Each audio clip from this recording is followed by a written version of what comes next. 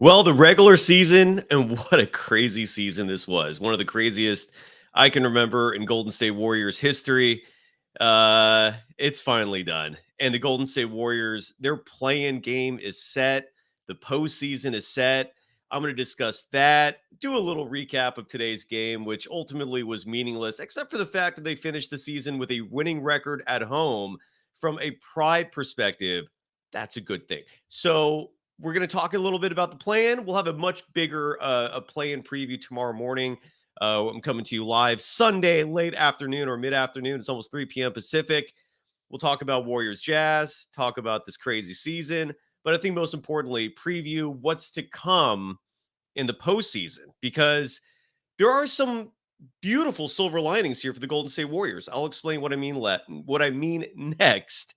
This is Locked On Warriors. You are Locked On Warriors, your daily Golden State Warriors podcast.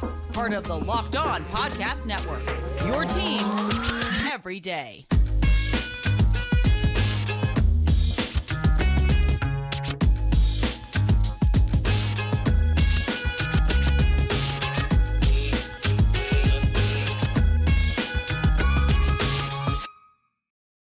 Thank you for making Locked On Warriors your first listen every day. We're free and available wherever you get podcasts and exclusively live on YouTube. We're part of the Locked On Podcast Network, your team every day. Today's episode is brought to you by Monopoly Go. I admit it, I have a competitive side, and it is a big fan of Monopoly Go, the mobile hit twist on classic Monopoly. So join your friends and download Monopoly Go, now free on the App Store or Google Play. You can follow me, Cyrus Saatsaz, on Threads at Dog Wild. The program's also available there at Locked On Warriors. And yes, Abraham De Leon, very eloquently put, garbage time for the Golden State Warriors. That is what most of the entire game was. This would have been a perfect game for Corey Joseph. Oh, the great Corey Joseph, Hero the Healer, writing, be sure to keep Chris Paul next season so he can repeat the plan again. I love the vibe. I love it. Welcome, everyone. And yeah, Nick Fensky, my good friend. Great comment here. Good to see Usman Garuba get rewarded.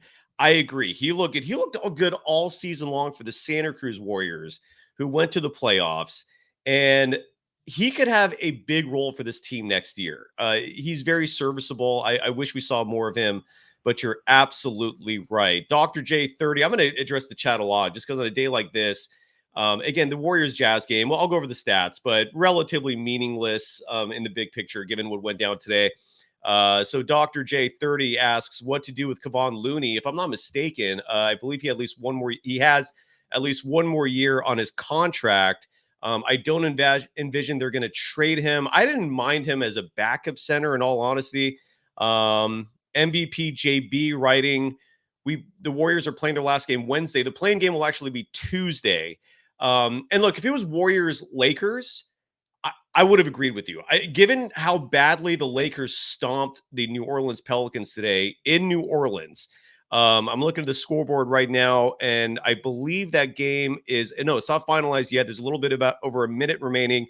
The Lakers led this game by over 30 at what point. Right now, with a minute to play in New Orleans, 124-105 the score there. The Lakers will win that game. The Lakers will secure the 8th seed, and they're going to be playing New Orleans again. I don't think they're going to leave New Orleans because that game will be in New Orleans. So it's going to be the second half of a back-to-back between those two teams. The Pelicans blowing an opportunity after getting some big road wins to secure the 6th and final playoff spot. That's now going to go instead to the Phoenix Suns. And the Suns defeated the Minnesota Timberwolves today. Minnesota was playing for something. There was a 3-way tie for the top seed in the West. But in the end, it came out with Phoenix winning 125-106. So Phoenix gets the 6th seed, and New Orleans is the 7th seed. The LA Lakers, the 8th seed. The Sacramento Kings, 9, and the Golden State Warriors, 10. Because the Warriors are playing the Kings in that 9-10, I feel great about it. The Warriors have not only already proven they could beat Sacramento, and looking at the season series between these two teams, they split it 2-2. And almost all of them were really close games. October 27th was the first time they played, and that was right around the season opener. I can't remember if that was the actual season opener or not, but the Warriors won that game 122-114 fairly convincingly. They looked damn good. The two teams played again just a few days later. And the first game, by the way, was at Sacramento. Then they played in San Francisco on November 1st, and Sacramento won. I'm sorry, the Warriors won that one as well, 102-101. Then the Kings turned it around and won the next two meetings. They played again on November 28th. The Kings won that battle 124-123. And then in the final matchup between the two teams on January 25th, and again, we're going to go over all this very soon. Matt George of Locked On Kings and I are going to do a crossover tomorrow morning at 10 or 11 a.m. We haven't decided which time specifically yet. Should be live on both our channels.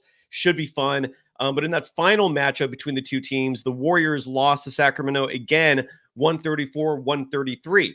3 of those 4 games, it came down to a point between the two. Now, ordinarily, based on those scores and those results, you'd be gnawing on your fingernails, right? Anxious, nervous, if you're a member of Dub Nation, about whether or not the Warriors can replicate their Game 7 success last year. But, and it's a massively huge but, I would not care. I still don't care that much that Kevin Huerter is missing the game. Kevin Huerter is not going to be playing that playing game because of injury. But the player besides Huerter on the Kings who's going to miss that game, and his absence is profound, and that is Malik Monk. Malik Monk is a Warriors killer. And again, we're going to do this preview more intensively, more detail-oriented tomorrow. And because I don't have Malik Monk's stats in front of me against the Warriors all time, although I'm trying to pull it up while hosting a live show. But the fact that Malik Monk is not in that game, the fact that it is the arduous nature of typical travel is not going to be experienced by the Golden State Warriors. All they do when they play Sacramento is get on a really nice, furbished, chartered bus that resembles a massively huge limo. They drive up I-80. They make a stop along the way at Nut Tree, and they buy some crystals. I'm kidding about that part. That's an inside joke that only Northern Californians would know. But no, they don't stop at Nut Tree. I don't even know if Nut Tree is still there. But and that's it. They literally, it's a bus ride to Sacramento. They're going to leave tomorrow. They're going to stay in a nice, comfy hotel, and we know how this team plays on the road this year. To remind you what the difference is for the Golden State Warriors between playing at Chase Center and playing on the road. The Warriors, thankfully today, by beating the Utah Jazz 123-116, is that the final score? I hope I have that in front of me. Yes, 123-116. So they finished the season a game above 500 at home. But on the road, as I've mentioned previously, the Golden State Warriors finished with the 6th best road record in franchise history. 25-16. 9 games above 500. A 14-game swing from a year ago when they were abysmal on the road. The Golden State Warriors, by the way, finishing the season 2 games better than a year ago. They were 44-38 last year. They finished this season 46-36. But the point is, they've already proven they could beat Sacramento. Now, yes, the Kings did blow out the Portland Trailblazers today to secure that 9 seed. 121-82 was the final in that game in Sac. But again, it was against the Portland Trailblazers who had nothing to play for. The Kings were desperate in their game today to avoid playing the Warriors in San Francisco because they know full well if they have any hope, despite the Warriors' superb road record, that if they're going to have any hope of beating the Warriors, they would have to do it at the arena formerly known as Arco, even though that's not even true because Arco was over at the old spot. Golden One Center, I believe, is the home of the Kings now. So why is this guy? Let's make one thing very clear about chat decorum and the code of conduct. Let's avoid any hate speech. All right, you will be banned for that. And the speech had nothing to do with me. But again, if your speech will offend or insult a large group of people, you will be banned from the chat. So just FYI there. But Nonetheless, this is what's going to happen. It's Warriors and it's Kings, and I'm feeling good about it. All right, there is a silver lining here. Again, going back to what we were talking about at the beginning from someone's a chat comment, which mentioned that they're not feeling good about it. If it was the Lakers, I agree with you. If the playing game was Warriors at LA, I would be sitting here telling you right now, I don't think they're going to win that game. The LA Lakers already proved a year ago that their size poses a problem for this Warriors team. I know the Warriors beat him in the last matchup, but Anthony Davis was not playing in that game, and I would not feel good about it, plain and simple. Against the Kings, a team that the Warriors already have a psychological advantage, a team that they've already proven they could beat, a team that they split the season series this season and outscored them overall, I believe, by 6 points. But no Malik Monk, that is everything, in my humble opinion. Malik Monk is going to get paid this offseason for damn good reason. And this is a player, Malik Monk, who, when you look at his past history scoring against the Warriors, you're looking at scoring output. Some of these are not great, but some of them are, like 12. This is going back, I believe, the last 10 games or so. Malik Monk against the Warriors. And this goes back to his days playing for the Lakers, too. Why don't we just start with Sacramento? Since Malik Monk's been with the Kings, these are his scoring outputs against the Golden State Warriors. Dating back, starting with October 23rd, 2022. 16 points, 24 points, 12 points, 9 points, 16 points, 21 points. And I think he got hurt in the last meeting they played in. Someone in the chat could maybe confirm that, because he only scored 4 points. He also only played 19 minutes in that game. So I something tells me he got hurt. I don't remember what exactly happened, but nonetheless, Malik Monk plays great when he plays the Warriors, and he's not going to be in there. So yes, there is a reason to be very encouraged, Dub Nation, given the Warriors are going to be playing the Kings. And again, that game is Tuesday night on TNT. But when we come back, I'm going to reveal the other reason why Warriors Kings and the way this play-in fell into place is wildly beneficial for the Golden State Warriors. The Kings was not the only silver lining in terms of how things shook down today. And I'm going to reveal to you what I'm talking about next. Be encouraged, Dub Nation. Yes, there is a possibility the season ends Tuesday. I'm not counting on it. I think they're going to actually get out of the play-in, and I think they're going to get the 8 seed. And I'll explain what I mean next. Yeah, P-Dub, by the way. Again, my eyes on the chat completely today. I want to address as much as possible. But P-Dub W writes, didn't you like how the pace picked up and the energy when Kerr let the young guys play in today's game? Absolutely. I've been advocating for the young kids all season long on the show. But yeah, so 100% agree. We'll talk about that Warriors-Jazz game, which had little relevance except for the fact that the Warriors finished the season with a winning record at home. Again, for pride purposes, that's a good thing. But I'm also going to reveal the silver lining of the Warriors and the Western Conference falling into place the way it did, because it did benefit the Golden State Warriors. I'll explain what I mean after we give some love to the folks who pay our bills, who I personally, at least, am eternally grateful for. And first up on the agenda is Monopoly Go. That's a brand new sponsor. And we're actually going to get to Monopoly Go after a long-time sponsor of this program. We got 2 ads for you here today. First up on the agenda is Game Time. And look, Dub Nation, Sacramento is not far from here. The Golden State Warriors are not flying to Golden One Center, to the state's capital. They're taking a bus. You folks could drive there and make an impact. And the way you do that?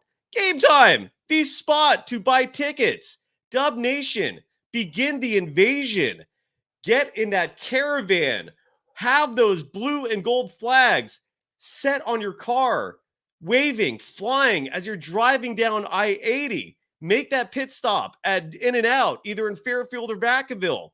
Go stomp on cowbell territory, and you could get those tickets with Game Time. And here's one of the many great things about Game Time. So as you're looking for those tickets for Tuesday night's Warriors-Kings playing clash, single game elimination, talk about a massively huge game, you can get a preview of how your seats are going to look. So you don't have to worry about a pole being in front of you or your seats being so far up you're not going to be able to see anything. Game Time, whether you're using their app, whether you're using their website, you can actually get a great view of what your seat will look like before you actually go. And maybe the best part of Game Time, besides the fact that they have last-minute tickets for you, which is going to be pivotal for Tuesday's Warriors-Kings game. Again, Dub Nation, get out there, start the invasion, buy your tickets from Game Time. And here's the best part, and the reason why you should use Game Time over any other ticket broker. They offer a low price guarantee, meaning you buy those tickets to Warriors-Kings, you're feeling good. Suddenly, your partner looks up other ticket prices from other brokers and shows you an image that says, oh, look, you could have spent less. What Game Time will do for you in that situation is refund the difference if those seats are in the same section and row.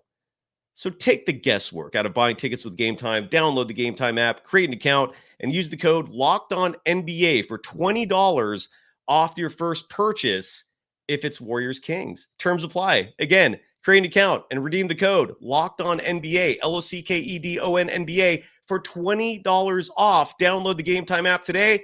Dub Nation, go invade cowbell country. Last minute tickets, lowest price, guaranteed. And our other sponsor for today is Monopoly Go. The classic game is now a sponsor of Locked On Warriors. I've been told I'm a competitive person. And if you have a competitive side like me, and if you're a big fan of Monopoly Go, it's been downloaded over 150 million times. It's a great twist on Monopoly where you play not one, but hundreds of Monopoly boards in crazy locations, building up amazing cities that bring you big money. Feed your competitive side. And here's the best part. You can mess with your friends. You can charge them rent on your iconic properties, just like classic Monopoly. You can also rob their vaults of their riches for yourself. And the leaderboards show you who the biggest Monopoly tycoon is. But it's just not your competitive side that loves it. You can team up with friends and people all around the world in timed tournaments to earn huge rewards. So get in the game and join your friends. Download Monopoly Go, now free on the App Store or Google Play. You are Locked On Warriors, your daily Golden State Warriors podcast. Part of the Locked On Podcast Network, your team every day. It's Locked On's NFL Mock Draft, live on April 17th at 7 p.m. Eastern, streaming on the Locked On Sports Today 24/7 streaming channel on YouTube or the free Amazon Fire TV channels app. Find the ultimate 6-episode series on April 17th at 7 Eastern, 4 Pacific to hear who the local Locked On experts are picking for every NFL franchise, with live reactions from local college football experts and even the fantasy football angle. The Locked On NFL Mock Draft is April 17th, 7 Eastern, 4 Pacific, streaming live on Locked On Sports Today 24/7 streaming channel on YouTube or the free Amazon Fire TV channels app.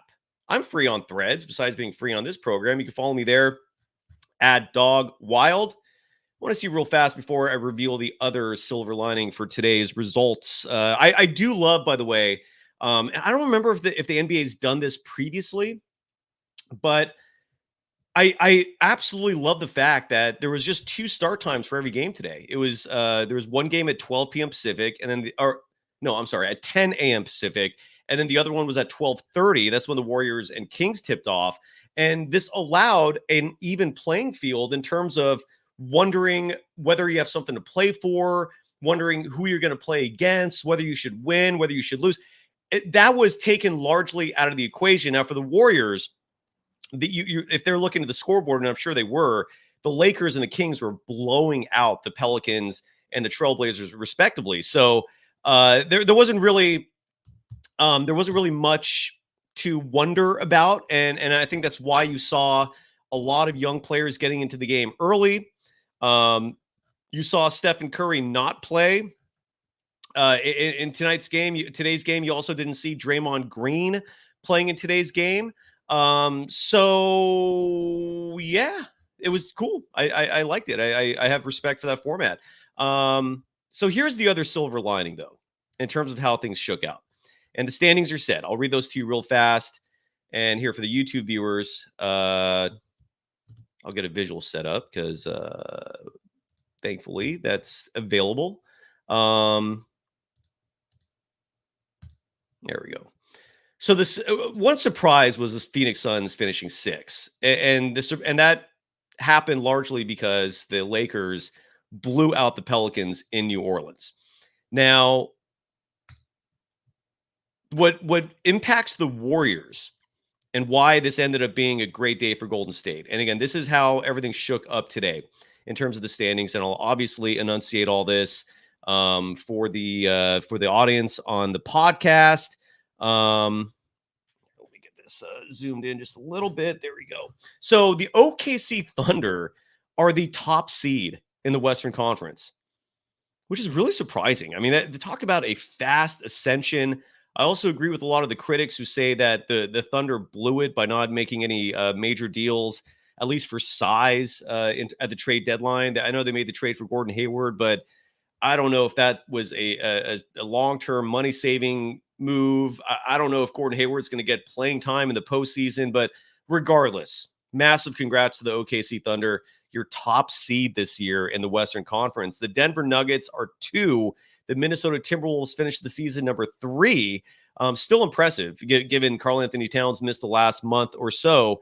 The LA Clippers and the Mavericks, that's going to be a hell of a first-round playoff series. They finished 4 and 5, respectively. The Phoenix Suns get that 6th and final playoff position.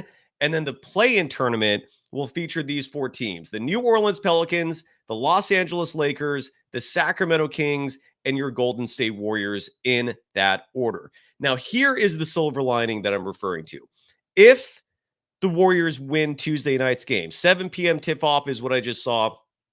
And I hope that's correct. I just saw that on a social media page. But that sounds right, and it's going to be on TNT. I know that with certainty. So let's say the Warriors beat the Sacramento Kings.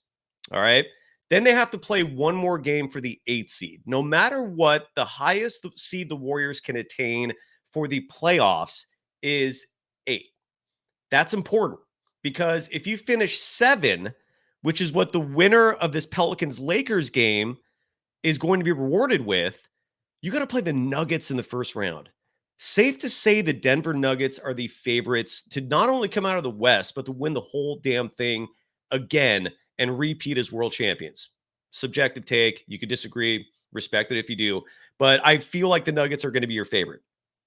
And the Denver Nuggets, among the top 3, and especially the top 2, because the play-in teams will play one of the top 2, they're a far more dangerous opponent than the OKC Thunder. The Warriors played the Thunder tight this year. Should have beaten them twice. One of those losses was because Chet Holmgren just literally caught a pass and heaved up a miracle 3 over Andrew Wiggins, who just couldn't match up with height. And point is, the Thunder are a far superior matchup for the Golden State Warriors than the Denver Nuggets ever could be for a hypothetical first-round matchup. So let's say the Warriors beat the Kings. Let's say the Warriors then beat the loser of New Orleans and LA, because whoever loses that game will play the winner of the Warriors and the Kings. That's how the play-in works. And let's say the Warriors win that second game, whether it's at LA, whether it's at New Orleans. So the best the Warriors can do if they get into the playoffs, which will require 2 consecutive wins starting Tuesday, is finish as the 8th seed. I would take the 8th seed over the 7th seed all day, every day, if you have any hopes and aspirations for going deep into the postseason. Because if you were going to finish 7 and you play the Nuggets in the first round, a team that's won 7 of their last 8 against the Warriors, a team that or I think it's maybe 8 of 9. I think they've swept 2 straight season series. Don't quote me on that, but it's somewhere in that. The math is somewhere in that range.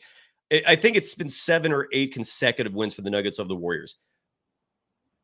The Warriors would have no shot. They would have no chance in hell to beat the Nuggets in the first round. Now, Warriors Thunder, hell yeah, they got a shot at that. So, yeah, be optimistic, Dub Nation. While there is a possibility the season ends this week, and that could lead to the dynasty ending, it's going to lead to a hell of an interesting offseason. But if they're going to make a run, all right, for you, Steve Kerr fans out there who still have full faith in him and ride his every word, Steve Kerr has expressed confidence all season long that this team can go far. But if they're going to do it, being the 8 seed is night and day better than being the 7 seed, because OKC is a much easier opponent for the Golden State Warriors than the Denver Nuggets ever could be. The other beautiful thing is the earliest you're going to see the Denver Nuggets in this postseason is the Western Conference Finals.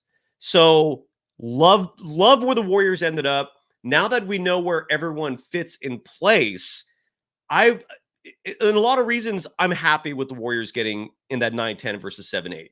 Because even if they finished 8 and they somehow beat whoever would have been the 7 seed, the season's over anyways. You're not beating the Nuggets in the opening round.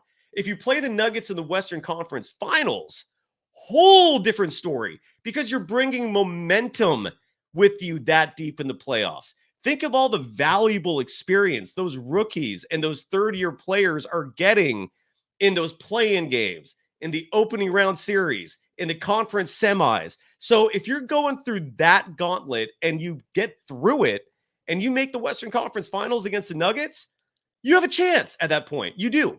But playing the Nuggets in the first round, when your whole postseason experience for your young players. I know Kuminga and Moody played a championship year as well. They have experience, but especially for Podziemski and Trace Jackson Davis. And again, momentum is a real thing, folks. The Warriors are bringing that in, even though that Pelicans loss on Friday stung. It was brutal. That's a huge silver lining. So take that with you in terms of positivity, because finishing as the 8th seed in the postseason is night and day versus finishing 7. We'll have some final thoughts. I'll try to address as much as I can from the chat in just a moment. Got one more sponsor today that I'm going to give some love to, and why don't we go do that? And that sponsor, let me stop sharing the playing screen. Sorry about that. And that sponsor is Prize Picks. Awesome sponsor. And the reason why they're an awesome sponsor is because there's a lot of reasons. I mean, besides the fact that Prize Picks is super fun, it's all about daily fantasy made easy. You're betting on individuals as opposed to teams. And it's all about whether or not you can guess correctly if a player, let's say, is going to score more or less than a certain amount, whether or not they're going to grab more or less than a certain amount of boards. You can cross different sports, and you got to pick a minimum of 2 players, maximum of 6. But one of those players could be an NBA player. The other one could be a Major League Baseball player. You could, if you want to add on to that, you can make your third player a soccer player. You can make him another NBA player. You can mix and match how you choose. But besides the fact that it's super fun, if you live in California, and if you're a Warriors fan, more than likely you're here, where typical sports gambling is illegal. Not the case with daily fantasy sports. It's legal, folks. You can literally download the Prize Picks app. You could literally go to the website and deposit and play. It's that fun. And you can win up to 100 times your money on Prize Picks with as little as 4 correct picks on Prize Picks, America's #1 fantasy sports app. So download the app today and use the code LOCKEDONNBA for a first deposit match up to $100. Again, download the Prize Picks app today and use the code LOCKEDONNBA for a first deposit match up to $100. Pick more, pick less. It's that easy. You are Locked On Warriors, your daily Golden State Warriors podcast. Part of the Locked On Podcast Network, your team every day. Thank you for making Locked On Warriors your first listen every day. For the everydayers, we're back at this tomorrow morning, either 10 or 11. If you follow me on Threads at Dog Wild, I will make that official. It's going to be a crossover, folks. Matt George of Locked On Kings and myself, we're going at it. And it should be a fun time. I'm actually really looking forward to it because I really want to learn about the Kings, and who better than a fellow Locked On host. So Matt George and I will be doing a crossover to begin the formal and official preview between the Warriors and the Kings for that pivotal Tuesday play-in game. I want to go into the chat real fast here. Let's see. Adrian Gutierrez saying, I haven't lost confidence in the Warriors. Depends, right? I did say if it was going to be Warriors and Lakers, I would not have confidence. But look, this has lined up about as good as it could possibly get for a 10 seed. All right. We got to add some perspective to this. Now, Vic Candia adds that no 9th or 10th seed has ever gone past round 1, which is true. When we talk about last year, the Lakers made it to the Western Conference Finals. The Miami Heat made it to the NBA Finals, but they were the 7-8 seeds. They were not 9-10. So you do have a good point. Ken Mamba, I'll have to check this out later, but you're saying for good vibes, going off topic, check out Delano Banton's stats of the Blazers a while ago. Okay, I'll check that out. Very curious to know what that means. Maximus Maximo, I'm guessing you just watched the post-game press conference reporting that Steve Kerr just says he has confidence. Also, Yada Amin writes that the plan just started 5-6 years ago, if that. It might even be more recent. Not a long history to look back at. Good point. So these stats, you have to take that with a grain of salt, right? Let me see if there's any sound that has come in here, at least published online, that I can play during the few minutes we have left on this show. Let's see if I can actually play that Steve Kerr soundbite, if it's available yet or not. I don't see it. So unfortunately, we're not going to fit it in during today's show, but I trust that what you say is correct. Yeah, Vic Candia, you also add astutely that 2 games on the road, 4 rounds on the road is a tall task. Look, for the Warriors to win a championship, it is a daunting task, but it's not impossible. I'm totally with you. Joe writes, and this is very, very, I think, accurate in my humble opinion. If the Warriors play like the Miami Heat, and I'm guessing you're referring to last year, they're going to make the finals. I agree. I wholeheartedly agree. And that is the model that if you're a member of Dub Nation, you have to look to and aspire to. It's where your most of the optimism comes from.